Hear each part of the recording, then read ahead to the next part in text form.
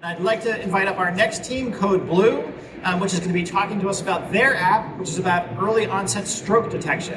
Can we invite up Code Blue?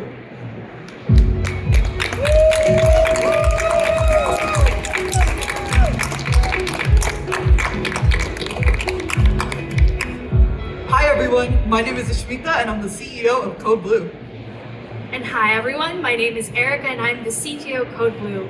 We're so excited to be here at ASU+GSV Air Show, and we're also very excited to talk about how we're making stroke damage obsolete.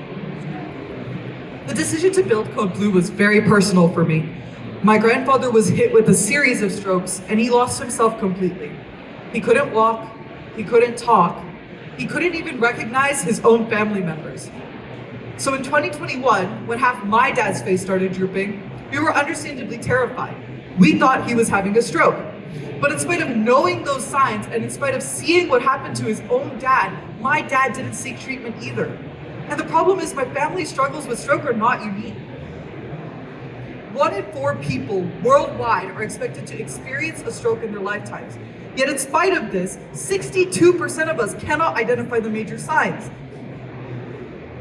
And this ends up becoming a problem because strokes are actually highly treatable if you can catch them within the first hour of symptom onset. But because many don't realize that time is crucial, they put off treatment as a result. And that results in loss of motor function, memory, personality changes, possibly even death.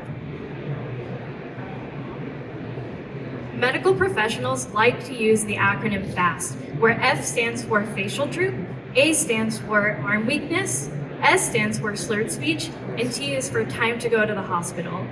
Yet, 62% of people don't know these signs, this acronym, including myself before building this product.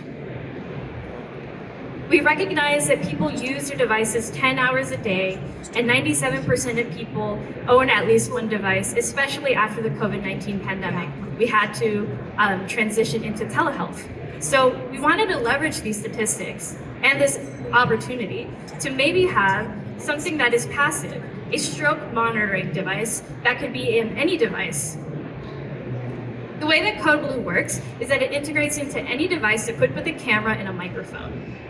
Using those 2 feeds, we then classify if you are having a facial droop or if you're having a slurred speech pattern or both. If that is detected using our AI model, then 911 is called and your emergency contacts. So we combine these 2 neural network models where every 30 seconds, we're using that feedback from your device to have a classification of your facial droop and have a classification of your slurred speech. And then after that, emergency services are contacted. Using facial key points and landmarks, we then train our neural network so that we can figure out what is happening with your face if you're having patterns of facial droop. Similarly, we also have another neural network where it's looking for patterns of slurred speech. Now here's an example of our software in action. So currently, the user is on their laptop. They're in a Zoom meeting, their camera and mic are already on. We overlay their face with our own mesh of key points and detect whether they're experiencing slurred speech. In this case, we're not. But what happens in the other case? Well, this user is very clearly experiencing facial droop, and while analyzing her voice on call, we're seeing some slurred speech. So, because we've detected a combination of both of these symptoms, we automatically alert both the user and emergency services, getting them to the hospital quickly. Now, how are we different? There is no solution out there right now that offers in-home detection for stroke. Our key differentiator, we do the same thing without the requirement of complicated medical equipment like EEG or EKG, or the involvement of a neurologist at home. Instead, we offer early differential diagnosis within the first hour of your symptoms appearing and make sure that you actually get to a stroke center of excellence instead of some ER without a neurologist, completely transforming your stroke outcome. Now, who actually pays for it? The truth is that strokes cost the global economy $700 billion a year. That's expected to rise to $1 trillion by 2030. Of that spend, $54 billion of that is in the US, and insurance companies take the lion's share of it, $40 billion.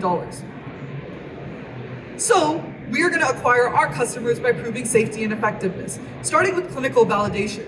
We have a pilot study going with UCSF right now, where we actually have the first users using this in real time. So far, it's been 100% accurate at identifying residual stroke signs. Of course, we want to expand this. We'd like to go to our next study with 100 patients this time and actually test and validate for that.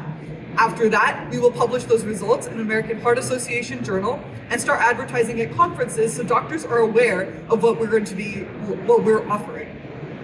Finally, of course, who pays for it? Well, it actually costs insurance companies $68,000 per patient per year in long-term care post-stroke. We charge a fraction of that, $600, using existing medical billing codes that are already covered in policy.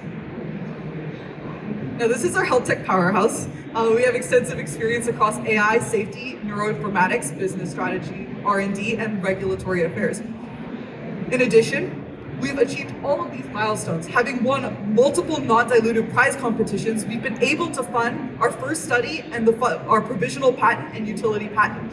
Now, we are actually supported by these following organizations. Special shout out to SureStart and MIT Race.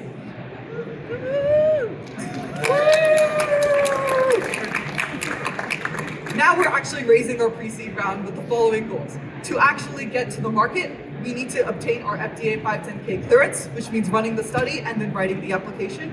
All of that funding, the $400K that we're looking for, will be used exactly for that.